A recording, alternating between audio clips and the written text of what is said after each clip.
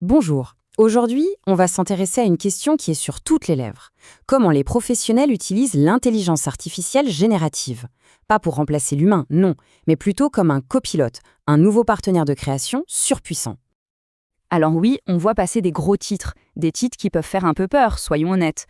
Goldman Sachs qui estime que 300 millions d'emplois pourraient être touchés. Ça brosse un tableau assez anxiogène, surtout pour les métiers de la connaissance. Mais en réalité, si on gratte un peu sous la surface, l'histoire qui se dessine est beaucoup plus nuancée. On commence à voir que l'IA, ce n'est pas tant un remplaçant qu'un véritable copilote, un outil qui vient augmenter nos compétences, pas les rendre inutiles. Alors pour bien comprendre comment ça marche, cette collaboration, on va suivre un parcours en 5 étapes. On va voir comment on passe de l'idée à un produit fini, main dans la main avec l'IA. D'abord, on verra comment structurer un projet. Ensuite, comment créer le contenu, comment ne plus avoir peur de la page blanche. Après ça, on ajoutera une touche de magie multimédia. Et enfin, et c'est peut-être le plus important, on verra pourquoi l'humain reste au cœur de tout ça. Allez, on plonge. Bon, tout projet commence par un plan, une structure solide. C'est la base. Et c'est justement là, dès le début, que notre copilote IA va faire son entrée. Et pour bien collaborer avec une IA, il y a une compétence clé qu'on appelle l'ingénierie de prompt. En gros, c'est l'art de bien lui parler, de lui donner des instructions claires. Parce qu'il ne faut pas se leurrer, la qualité de ce qu'on obtient dépend totalement de la qualité de la question posée au départ. Alors, un bon prompt, ça ressemble à quoi? En général, ça tient en 3 points. D'abord, on lui donne un rôle. On lui dit « Ok, aujourd'hui, tu es un expert », ça va définir son style. Deuxièmement, on définit la tâche très précisément. Pas de flou. Et enfin, le plus crucial, on lui donne un maximum de contexte. C'est ce qui va faire la différence entre une réponse générique et une réponse vraiment utile. Prenons un cas concret, celui d'Open Classrooms. Regardez le prompt qu'ils ont utilisé. C'est super détaillé. On lui donne un rôle, une mission précise, une durée, une technologie et surtout un public bien défini. Chaque détail compte. Et le résultat, il est assez bluffant. En quelques secondes, voilà ce qu'on obtient. Un plan complet, découpé mois par mois, module par module, avec même des estimations d'heures. C'est une base de travail incroyable, un premier geste super solide sur lequel l'expert humain va pouvoir travailler. Mais justement, c'est là que la supervision humaine devient cruciale. Il faut garder en tête que l'IA n'est pas une calculatrice. Elle peut se planter sur les chiffres ou proposer des choses un peu à côté de la plaque. C'est donc à l'expert de valider la cohérence de tout ça. Ok, donc la structure est posée, validée par l'expert. On passe à la suite, la création du contenu. Et là, on va voir comment l'IA nous aide à combattre notre pire ennemi, le syndrome de la page blanche. Le plus grand pouvoir de l'IA, ici, c'est peut-être ça. Elle nous évite de rester bloqués devant un écran vide. Au lieu de partir de zéro, ce qui est souvent le plus dur, l'IA nous donne une première version. Et ça change tout. Le rôle de l'expert n'est plus de tout créer, mais d'éditer, d'améliorer, d'affiner. Et ça ne marche pas que pour le texte brut, ça marche aussi pour des éléments plus créatifs.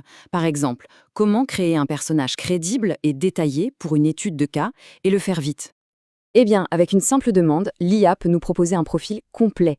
Voici Élise Moreau, 35 ans, responsable de la sécurité. On a son expérience, ses motivations, ses objectifs de carrière et même ses difficultés. C'est une base super riche pour construire une histoire. L'IA peut même lui donner un visage. Mais regardez de plus près. Le texte sur l'écran derrière elle, c'est n'importe quoi. C'est du charabia. Pourquoi? Parce que pour l'IA, les lettres sont juste des formes, des pixels à arranger. C'est un exemple parfait qui montre où la touche finale d'un humain, ici un graphiste, est indispensable. Cette collaboration nous amène tout droit à notre 3e point. Comment ce rôle de copilote s'applique à toute la production multimédia, que ce soit les scripts, les images ou le son. Que ce soit pour écrire un script, trouver des idées de visuels ou nettoyer une piste audio, le schéma est toujours le même. L'IA fait le premier gros travail, les tâches qui prennent du temps. Et ça libère l'expert humain pour qu'il puisse se concentrer sur ce qui compte vraiment. La qualité, la pédagogie, la valeur ajoutée. Tiens, un autre exemple. On a demandé à l'IA de nous aider à visualiser une idée complexe. Le lien entre l'économie, l'environnement et le social. Et regardez ce qu'elle a proposé. Une séquence animée, très simple et très claire. C'est une super base de brief pour un motion designer. Et pour l'audio, alors là, c'est une petite révolution. Des outils basés sur l'IA peuvent faire des miracles. Enlever un bruit de fond, isoler une voix, réparer un enregistrement. En gros, plus besoin d'être dans un studio pro pour avoir un son propre. Le gain de temps est juste énorme. Tous ces exemples nous amènent à une seule et même conclusion. La pièce maîtresse de tout ce système. L'ingrédient final absolument crucial. Il faut voir l'IA comme un formidable générateur de versions 1.0. Elle est excellente pour ça. Mais pour transformer ce premier jet en quelque chose de vraiment abouti, eh bien, ça, c'est le travail de l'expert humain. C'est lui qui amène le contexte, la nuance, le regard critique. Et pour ça, il faut être très conscient de ses limites. L'IA peut halluciner, c'est-à-dire inventer des faits qui semblent vrais mais sont faux. Elle n'a aucune pensée critique. Elle ne sait pas si ce qu'elle raconte est pertinent. Donc, la règle d'or, c'est que chaque résultat doit être systématiquement vérifié et validé par un expert. Si on devait résumer cette collaboration avec une image, ce serait celle-ci. L'IA est un accélérateur incroyable. Elle peut faire 80% du travail, le défrichage, la première version, et elle le fait à une vitesse folle. Du coup, la vraie question pour l'avenir, ce n'est pas est-ce que l'IA va nous remplacer?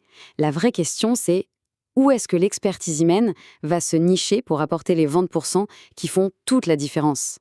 Ces 20% de créativité, de nuance, de jugement, c'est là que se situe toute la valeur.